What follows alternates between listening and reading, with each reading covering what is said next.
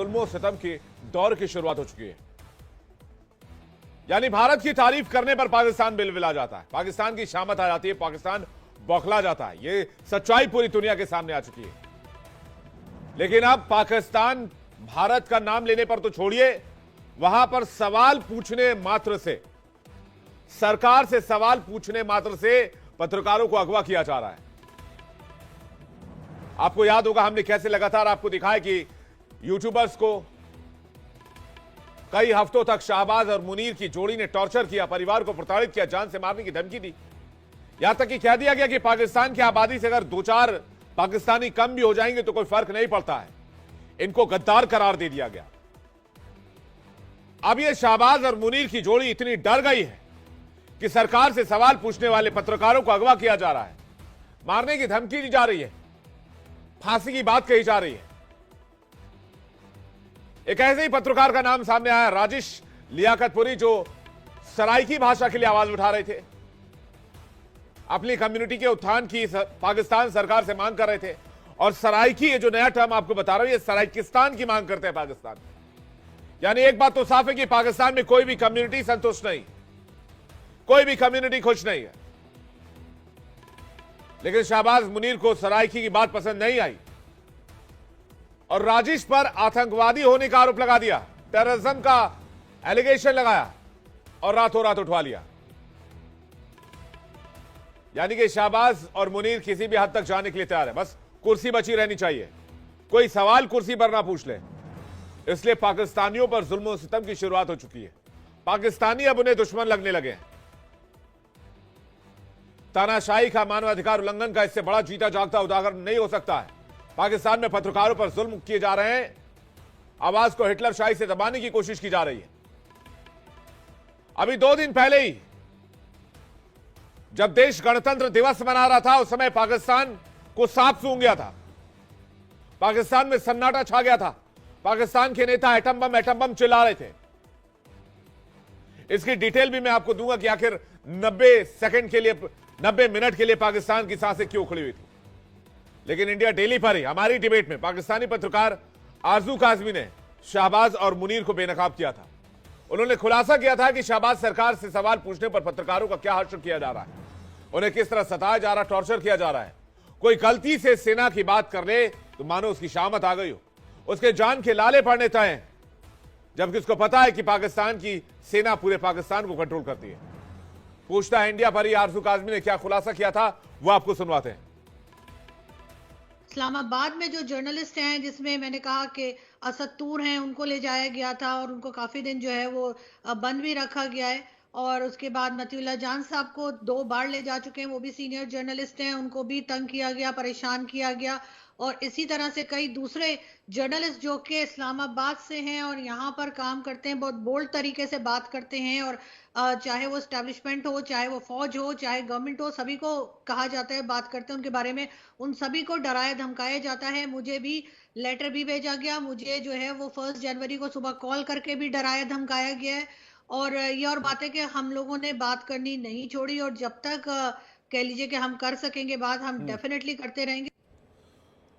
सुना आपने, उन्होंने कहा कि उनको भी डराया धमकाया गया, लेकिन वो डरने वाली नहीं है। शाहबाज और मुनीर की करतूत मैंने आपके सामने रख दी। दोनों मिलकर किस तरह से पाकिस्तान को तानाशाही से चलाना चाहते हैं। अब राजेश लियाकतपुरी, जो कि एक पत्रकार है, उनकी गिरफ्तारी के बाद इन दोनों पर हिटलर शाही के आरोप लग रहे हैं।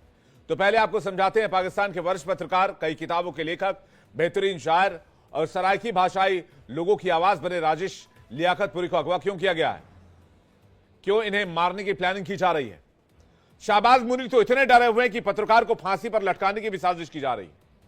दरअसल पाकिस्तान के सिंध प्रांत से लगे दक्षिणी पंजाब में, जो कि पंजाब प्रांत का हिस्सा है, वहां सराइकी लोग रहते हैं, जो सालों से पंजाब से एक अलग प्रांत सराइकिस्तान की मांग कर रहे हैं। उनका मानना है कि ऐसा होने पर दक्षिण पंजाब के लोगों की समस्याओं का समाधान होगा, क्योंकि सरकार सिर्फ उनके इलाके से संसाधनों का दोहन करती है, बदले में कुछ देती नहीं है। यानी लूट खसोट का खुलेआम सिलसिला चल रहा है और ना ही इस इलाके में कोई डेवलपमेंट किया गया है। सराइकी लोग 1973 से अलग प्रांत की मांग कर रहे हैं, जिसकी आवाज राजेश लियाकतपुरी बने, इसलिए उन्हें गिरफ्तार कर फांसी की सजा देने की तैयारी की जा रही। पाकिस्तान के पत्रकार इरशाद अहमद वस्ती ने दावा किया है कि राजेश लियाकतपुरी को थाने में मार देने की साजिश तक हुई। इरशाद अहमद द रिपोर्टर पेज चलाते हैं। सूरत हाल ये बनती है कि गुज़िश्ता रात डीसी ऑफिस की जानिब से एक अमला जो है थाना सी डिवीजन में पहुंचता है और पहुंचकर वहां पर उनके खिलाफ एक तहरीरी दरख्वास्त पेश की जाती है। उस तहरीरी दरख्वास्त में उनकी कोशिश होती है कि इस सहाफ़ी को यहीं पर ही सजाए मौत दे दी जाए। अब 36 घंटे गुजर चुके हैं, उनको गैर कानूनी तौर पर पुलिस की हिरासत में रखा गया है। इस वक्त स्टेट, सहाफ़ी, पुलिस और हमारा मुआशरा खामोशी इख्तियार कर चुका है। तो अब सोचिए पाकिस्तान में हालात क्या हैं। लियाकतपुरी जो इस समय कई बीमारियों से जूझ रहे हैं, उन पर टेररिज्म के आरोप लगाए गए। शनिवार को घर से अगवा कर लिया गया, गिरफ्तारी नहीं दिखाई गई। रविवार को भी कोई केस दर्ज नहीं किया गया। सोमवार को जाकर फेसबुक पोस्ट का हवाला देकर आतंकवाद का मामला बताया गया। जब हमने फेसबुक पोस्ट जाकर खंगाला तो ऐसा कोई पोस्ट मिला ही नहीं। तो ये तानाशाही किस तरह की है, इरशाद अहमद वस्ती की जुबानी आपको सुनवाते हैं। राजेश लियाकतपुरी गुर्दों के मर्ज में मुब्तला हो चुके हैं। इस वक्त जिंदगी और मौत की जंग लड़ रहे हैं। साथ साथ उनको ब्लड प्रेशर की बीमारी भी चल रही है। साथ डेली तौर पर वो इंसुलिन भी ले रहे हैं। उनकी एक आंख का ऑपरेशन भी हो चुका है, यानी कि डॉक्टर्स के पास इस वक्त वो जेर इलाज हैं। जेर इलाज एक मरीज सहाफ़ी को जो है पुलिस ने घर पर धावा बोलते हुए उठा लिया और उसके बाद जो है 18 घंटों तक मसलसल उनको नामालूम जगह पर रखा गया। तो पाकिस्तान एक तरफ पत्रकारों, यूट्यूबर्स की आवाज दबा रहा है, खासकर वो जो भारत के लिए बोलते हैं, यानी कि भारत से कंपैरिजन करते हैं पाकिस्तान का। तो पाकिस्तान को लगता है कि ये लोग देश के दुश्मन है, ये लोग गद्दार हैं। दूसरी तरफ भारत के गणतंत्र दिवस के दिन जब जश्न मनाया जा रहा था, 90 मिनट तक पाकिस्तानी फौज बड़े बड़े अफसरों की सांसें उखड़ने लगी। पाकिस्तान में भारत की परेड वायरल हो रही। भारत के कई खतरनाक हथियार करते हुए पथ की परेड में पहली बार दिखाए गए। इसमें से कई ऐसे हथियार हैं जो पहली बार दुनिया देख रही थी, और जैसे ही ये हथियार सामने आए, पूरे पाकिस्तानियों को सांप सूंघ गया। उनकी आवाज लड़खड़ाने लगी, सारा डर निकलकर बाहर आ गया और ये सब बातें करने लगे कि हमने जो पाकिस्तान बनाया, जो अलग मुल्क बनाया, उसे पूरी दुनिया में सबसे ऊपर होना चाहिए था।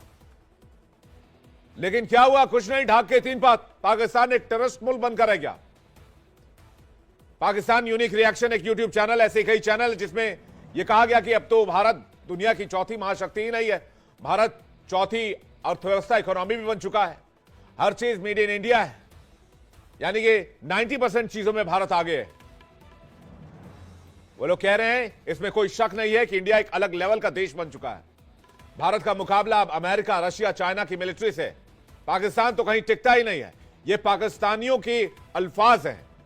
हालांकि ये वीडियो जब हमने ढूंढा तो इसे हटा दिया गया था, इसे डिलीट करवा दिया गया था, क्योंकि पाक की सेना को, शाहबाज और मुनीर को ये वीडियो पसंद नहीं है, ये कंपैरिजन पसंद नहीं है। तो पाकिस्तान में कोई चूं तक नहीं कर सकता है। इसलिए मैं पूछना चाहता हूं, पाक को पसंद नहीं सच्चाई? पत्रकारों पर मौत की शामत आई।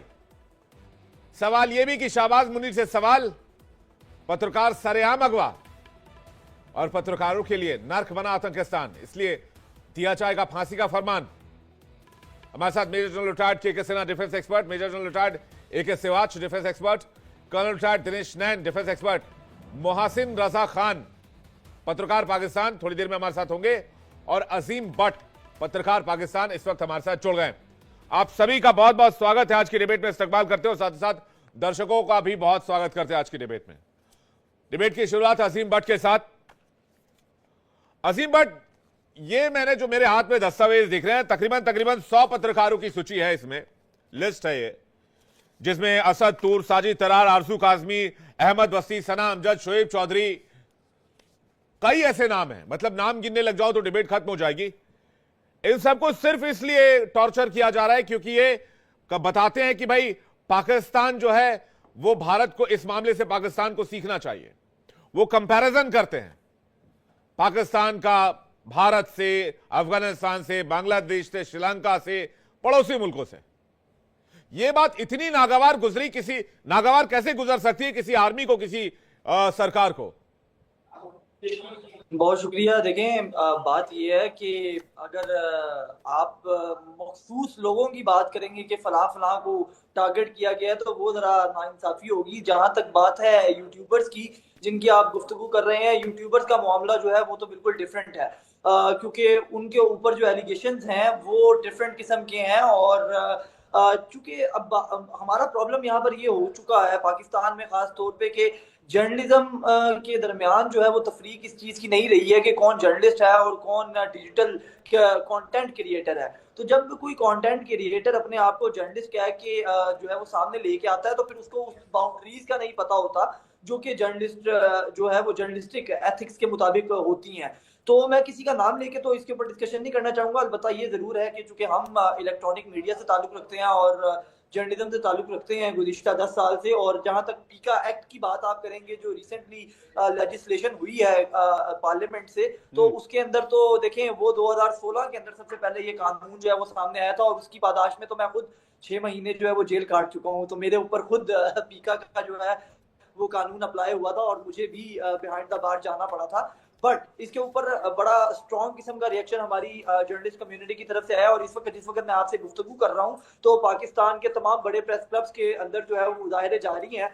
लाहौर, कराची, इस्लामाबाद, सखर, उधर जो है वो तमाम जर्नलिस्ट कम्युनिटी जो है वो इस वक्त सरापा एहतजाज है। और ये मैं आपको अश्योर कर देता हूँ कि आने वाले दिनों में आप देखेंगे कि जो लेजिस्लेशन पास हुई है पीका एक्ट को लेके जर्नलिस्ट को जो है वो डिटेन करने की, उसके अंदर वाजिया तब्दीलियां नजर आएंगी। हुकूमत इस तरीके से जो है वो इस कानून को पास नहीं करवा पाएगी या इम्प्लीमेंट नहीं करवा सकेगी। देखिए, एक बात बड़ी क्लियर है कि पाकिस्तान की जर्नलिस्ट कम्युनिटी इसके अंदर बड़ी क्लियर है कि फेक न्यूज नहीं होनी चाहिए और फेक न्यूज के ऊपर जो है वो कार्रवाई होनी चाहिए। लेकिन फेक न्यूज देखिए जी, अजीम भट्ट साहब, आप ये कह रहे हैं कि भाई कंटेंट क्रिएटर और पत्रकारों में फर्क होता है। मैं तो कहता हूं जो भी सरकार से सवाल पूछे, जो देश हित में सवाल पूछे, वो आदमी पत्रकार, पहली बात। दूसरी बात, मैं ये कहना चाहता हूं कि मैंने ये 100 लोगों की लिस्ट में आपका नाम भी जोड़ दिया है, इसको 101 कर दिया है।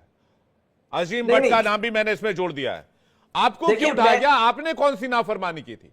आपने कौन सी गद्दारी की थी? आपने अपने देश के खिलाफ क्या कह दिया था? आपको 6 महीने जेल के पीछे रहना पड़ा, आपकी जिंदगी के 6 महीने जो कोई वापस नहीं कर पाएगा।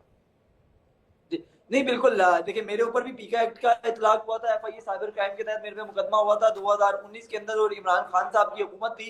अनफॉर्चुनेटली आप एक चीज जो है वो देखिए कि इस वक्त तहरीके इंसाफ यानी कि इमरान खान की जो गवर्नमेंट है, जो उनकी पार्टी है, वो इस बिल की मुखालफत कर रही है। और जब उनका जो है वो टेन्योर था, जब वो हुकूमत में थे, तो उन्होंने हम जैसों को उठवाया था और हमारे खिलाफ जो है वो केसेस किए थे। तो ये हमारे यहाँ एक पॉलिटिसाइज किस्म का सब्जेक्ट है कि जो कोई जो ऑपोजिशन में होता है वो इसकी जो है वो मुखालफत करता है, लेकिन जब वो खुद हुकूमत में आता है तो वो सबसे ज्यादा इस्तेमाल इसका करता है। मेरे ऊपर जो केस था वो बेसिकली कंडेम्प ऑफ कोर्ट का केस था और हमने भी एक प्रोसीडिंग के ऊपर जो है वो गुफ्तगू की थी और वो आज तक केस चल रहा है और 7 साल हो गए हैं। मैं हेयरिंग्स उसकी भुगत रहा हूँ और वो ट्रायल जो है वो भुगत रहा हूँ और 6 महीने जो है वो मुझे बेल के ऊपर जो हाई कोर्ट ने जो है वो रिहा ठीक है अजीम भट्ट साहब, मैं आपके पास वापस लौटूंगा। इसका जवाब मैं सिवाज साहब और सिन्हा साहब से लूं, लेकिन इस वक्त थोड़ा दिल्ली का रुख